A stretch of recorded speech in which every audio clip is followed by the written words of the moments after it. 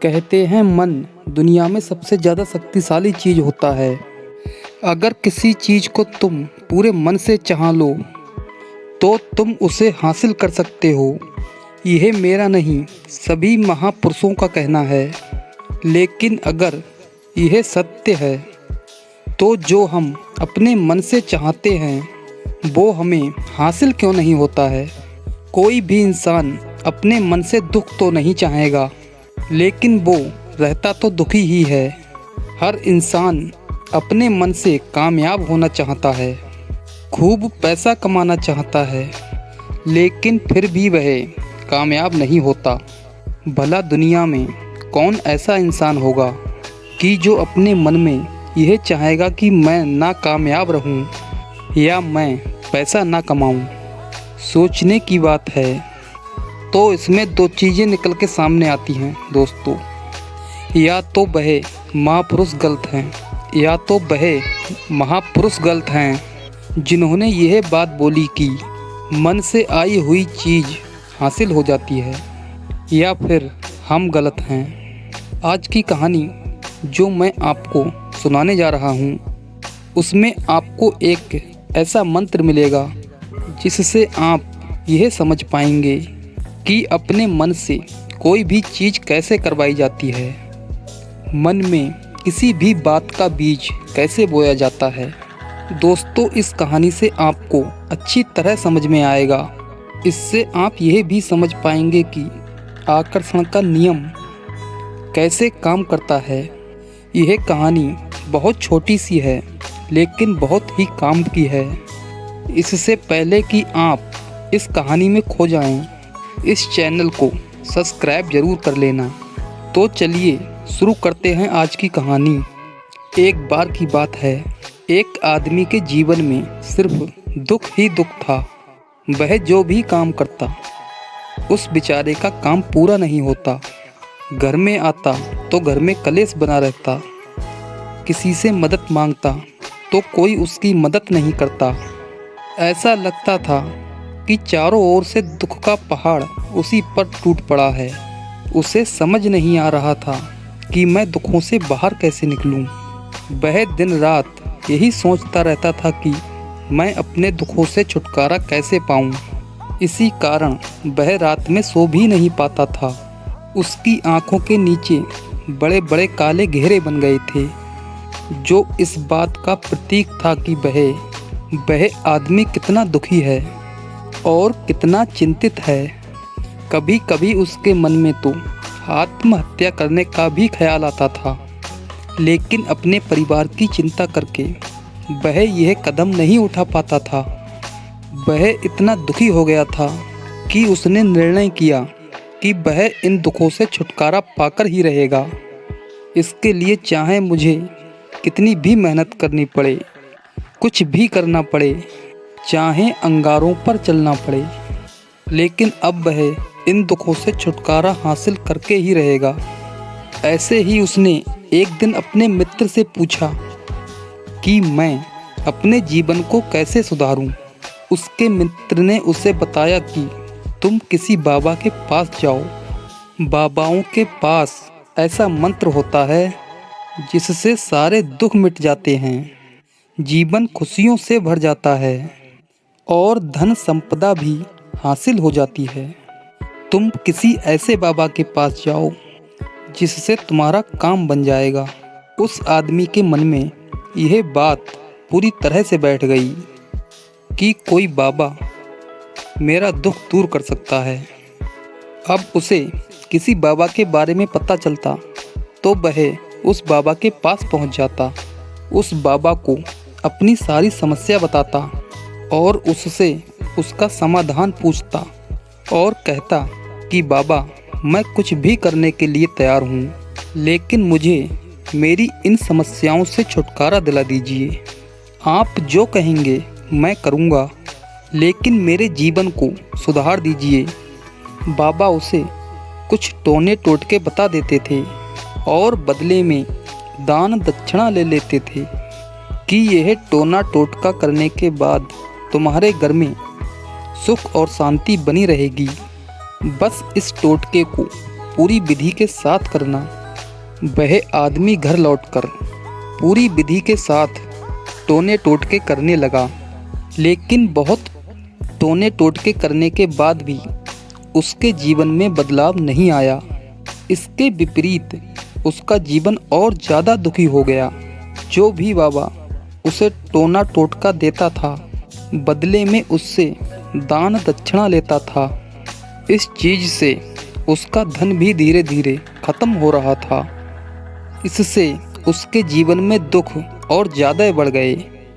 तो उसे लगा कि बाबाओं के पास जाने से दुख कम होने की बजाय दुख और बढ़ते ही जा रहे हैं। तो मुझे क्या करना चाहिए? बाबाओं के पास जाऊं या ना जाऊं? एक आदमी ने उसे बताया कि तुम अपने घर में किसी पंडित को बुलाकर हवन करवा लो। हवन होगा तो घर शुद्ध हो जाएगा। कोई भी बुरी ऊर्जा होगी घर में तो वह बाहर निकल जाएगी। किसी पंडित को बुलाकर घर में नियम से मंत्र जाप करवाओ और हवन करवाओ, जिससे घर में सुख और शांति आ जाए। उस आदमी के मन में यह बात बैठ गई और उसने एक पंडित को अपने घर में बुलाकर हवन करवा दिया। हवन अच्छी तरह से संपन्न हुआ और उसके बाद पंडित जी ने अच्छी दान दक्षिणा ली और वो वहाँ से विदा हो गए। लेकिन कुछ दिनों बाद उस आदमी को महसूस हुआ कि उसके जीवन में अब भी कोई बदलाव नहीं आया है। अब आदमी पूरी तरह से दुखी हो गया और ज़्यादा परेशान हो गया। अब उसको लगने लगा था कि मेरे जीवन में दुख कभी ख़त्म नहीं होगा। और यही सोच सोच कर उस आदमी का बुरा हाल हो गया था। और एक दिन उसे अपने मित्र से एक ऐसे बाबा के बारे में पता चला जो समाधान बताने के लिए कोई दान दक्षिणा नहीं लेते थे। उसे लगा कि यह बाबा दूसरे बाबाओं की तरह नहीं हो सकते, क्योंकि ये दान दक्षिणा तो लेते ही नहीं। अगर यह दान दक्षिणा नहीं लेते तो वास्तव में कोई सिद्ध बाबा ही होंगे। और वह यही सोचकर उस बाबा के पास पहुंच जाता है। जब वह आदमी वहां पर पहुंचता है तो वह बाबा ध्यान में बैठे हुए थे।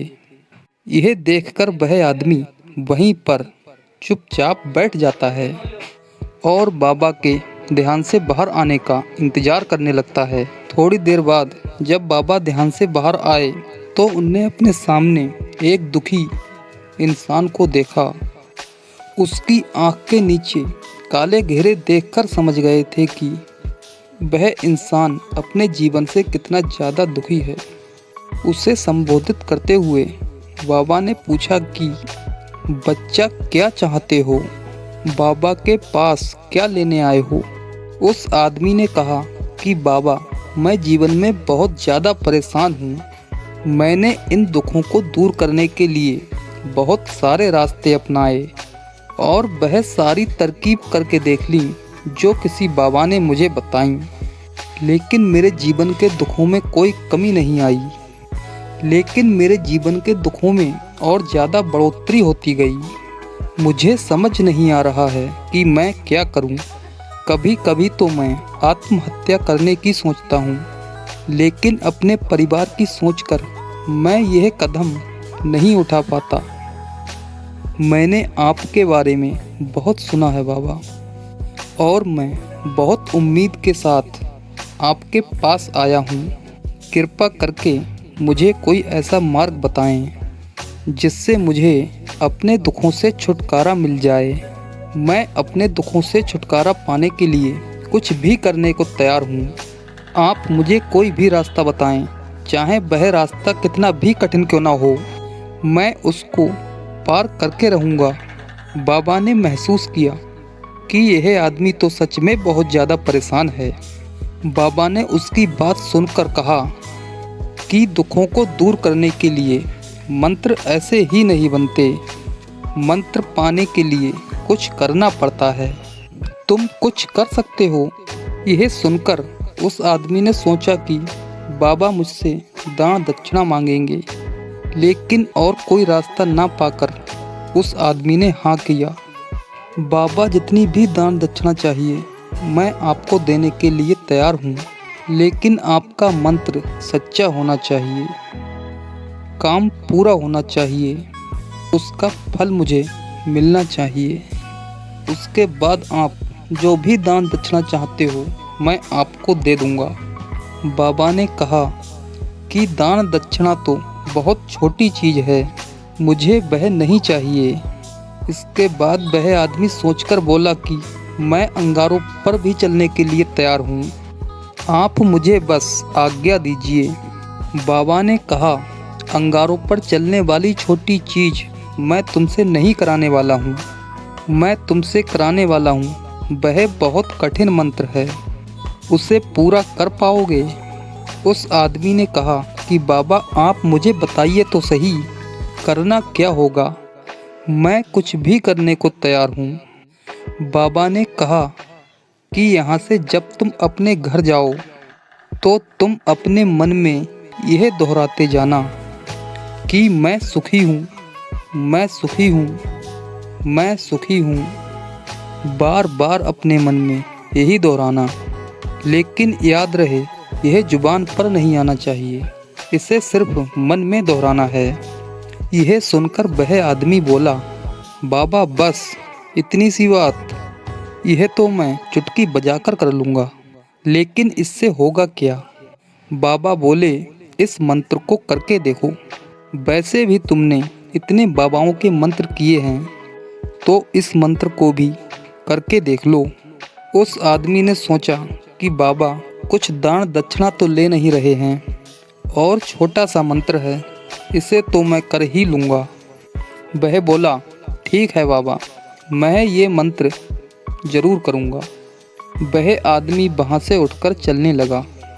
वह आदमी वहाँ से उठकर चलने लगा और जैसे ही वह चलने लगा पीछे से बाबा ने बोला कि बच्चे, एक बात याद रखना, जब तुम इस मंत्र को अपने मन में दोहरा रहे हो तब बंदर का विचार आपके मन में नहीं होना चाहिए। जब तुम इस मंत्र को अपने मन में दोहरा रहे हो तो बंदर का विचार मन में नहीं आना चाहिए, बंदर का ख्याल भी नहीं आना चाहिए, तभी यह मंत्र सिद्ध होगा। वह आदमी बोला कि मुझे तो आज तक कभी बंदर का विचार नहीं आया, तो अब क्यों आएगा? आप चिंता मत करिए बाबा, मैं मन में यही दोहराऊंगा कि मैं सुखी हूँ, मैं सुखी हूँ, मैं सुखी हूँ। इसके अलावा बंदर का कोई भी विचार मेरे मन में नहीं आएगा। और आदमी वहाँ से चल दिया। वह अपने मन में यह दोहराता हुआ कि मैं सुखी हूँ, मैं सुखी हूँ। थोड़ी ही दूर चला था कि मन में अचानक बंदर का ख्याल आ गया। बंदर का ख्याल मन में एक बार आया और चला गया, लेकिन उस आदमी ने सोचा कि बंदर का ख्याल मुझे आज तक तो नहीं आया, यह आज बंदर का विचार क्यों आ गया? और ऐसे ही करके उसने उस बंदर के विचार को पकड़ लिया। वह यह भूल गया कि मुझे क्या मंत्र दोहराना है। वह बंदर के बारे में सोचने लगा। जब थोड़ी देर बाद उसे होश आया तो वह फिर से वही मंत्र दोहराने लगा जो बाबा ने उसे बताया था, मैं सुखी हूँ, मैं सुखी हूँ। लेकिन अचानक सामने एक बंदर दिखाई दिया। उसके सामने एक बंदर दिखाई दिया और इसे देखकर उसके मन में फिर से बंदर का विचार उठ गया और वह अपने अंदर से इस विचार को बाहर फेंकना चाहता था। वह चाहता था कि मेरे अंदर कोई भी बंदर का विचार ना आए, लेकिन उसे सामने बंदर ही दिखाई दे गया। ऐसे ही जद्दोजहद करते करते वह घर पर पहुंचा और घर पर पहुंचने के बाद अपनी पत्नी को कहा कि ए बंदरिया, मुझे खाने में बंदर परोस दो। और जब उसको एहसास हुआ कि उसने क्या बोल दिया तो वह अपने बाल नोचने लगा। वह दीवारों पर सर मारने लगा कि मुझे आज तक कोई बंदर का विचार नहीं आया और आज मुझे ये क्या हो गया है कि मुझे हर जगह बंदर ही बंदर नज़र आ रहे हैं। यह कैसी माया है। यही सोच सोच कर बहे रात में सो नहीं पाया। रात भर करवटें बदलता रहा और सुबह उठकर उसी बाबा के पास पहुंच गया और उसके चरणों में गिरकर कहा कि बाबा, पता नहीं क्या चमत्कार हो रहा है। आज तक मुझे बंदर का कोई विचार नहीं आया, लेकिन कल आपने मुझसे कहा कि बंदर का कोई विचार नहीं आना चाहिए। तब से मुझे हर जगह बंदर ही बंदर नज़र आ रहे हैं। उस आदमी ने कहा कि आपके पीछे पेड़ पर बैठा हुआ बंदर भी मुझे केला खाते हुए दिखाई दे रहा है। क्या हो रहा है बाबा? यह सुनकर बाबा हंसने लगे और बोले, बच्चा, मन का जाल एक ऐसा जाल है जिसे समझ पाना इतना आसान नहीं। बंदर तो तुम्हारे रास्ते में पहले भी आते थे। जब तुम मेरे पास आए थे तब इन्हीं पेड़ों पर बंदर घूम रहे थे, लेकिन तब तुम्हारे ध्यान में बंदर नहीं था। तब तुम्हारे ध्यान में सिर्फ तुम्हारा दुख था। इसके बाद बाबा ने उसे बताया कि बच्चा, हम जिस चीज़ से दूर भागना चाहते हैं वही चीज़ हमारे मन में बहुत गहराई से प्रविष्ट हो जाती है। वह हमारे अंतर मन में समा जाती है। असल में हम जिस चीज़ से छुटकारा पाना चाहते हैं उससे छुटकारा इसलिए पाना चाहते हैं कि वह हमारे साथ बहुत गहरे से जुड़ी हुई है और हम उससे जितना भी छुटकारा पाना चाहते हैं वह हमारे मन में और उतनी ही गहरी बैठती चली जाती है और आखिरकार वह हमारे अंतर मन में छा जाती है। ऊपर से तो हम चाहते हैं सुखी होना, कि मैं सुखी हूँ। हमारे होंठ बोलते रहते हैं, लेकिन हमारे मन में दुख हर समय होते हैं। हमारे मन में, हमारे विचारों में हमें दुख ही दुख दिखाई देते हैं। इसीलिए अपनी जुबान से बार बार यह बोलने से कि मैं सुखी हूँ, हम सुखी नहीं होंगे जब तक यह मंत्र हमारे अंतर मन में प्रविष्ट नहीं होगा। इस पर उस आदमी ने पूछा कि बाबा, यह मंत्र हमारे अंतर मन में प्रविष्ट कैसे होगा? यह सुनकर बाबा ने कहा कि बच्चे, अपने दुखों से लड़ना बंद कर दो। जब तक तुम अपने दुखों को दूर करने की सोचते रहोगे तब तक वह दुख आपके अंतर मन में दुख जमाए बैठे रहेंगे। तब तक वह दुख तुम्हारे अंतर मन में अपना राज जमाए बैठे रहेंगे।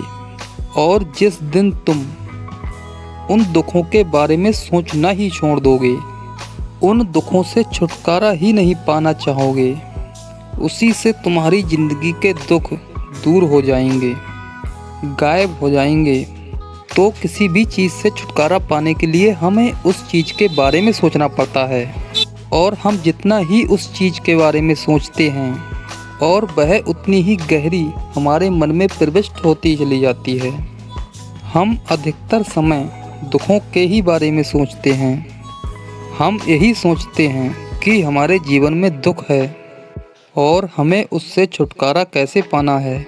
इसी वजह से बार बार सोचने से वह दुख हमारे अंतर मन में प्रविष्ट हो जाता है और हमें एहसास भी नहीं होता। इसलिए अगर तुम दुखों से छुटकारा पाना चाहते हो तो दुखों से छुटकारा पाने के बारे में सोचना छोड़ दो। तुम्हें दुखों से छुटकारा मिल जाएगा। ऐसा क्यों होता है कि जब भी हम किसी चीज़ को छोड़ना चाहते हैं और उसे छोड़ ही नहीं पाते, असल में हम उस चीज़ को बहुत ज़्यादा तवज्जो दे रहे हैं, उस चीज़ को बहुत ज़्यादा अहमियत दे रहे हैं। जब भी हम उस चीज़ को छोड़ने के बारे में सोचते हैं तो हम उसकी विशेषता और ज़्यादा बढ़ा देते हैं। हमारा मन उस चीज़ के बारे में जितना ज़्यादा सोचेगा, हमारा मन उस चीज़ के पीछे उतना ही ज़्यादा भागेगा। हमें उस चीज़ से लड़ना नहीं है, बल्कि बिना सोचे गुजर जाना है। अगर इस मंत्र को हम समझ लेते हैं तो हम अपने जीवन में जो भी पाना चाहते हैं उसे अपने अंतर मन में डाल सकते हैं, और एक बार वह लक्ष्य हमारे अंतर मन में बैठ जाता है तो फिर सफलता पाने में कोई समस्या नहीं आती, कोई दिक्कत नहीं आती। तो दोस्तों, आज की कहानी कैसी लगी हमें कमेंट करके ज़रूर बताएं। अगर अच्छी लगी हो तो वीडियो को लाइक करें, शेयर करें। अगर चैनल पर नए हैं तो चैनल को सब्सक्राइब करें और बेल आइकन प्रेस करें ताकि आने वाली वीडियो का नोटिफिकेशन आपको सबसे पहले मिल सके।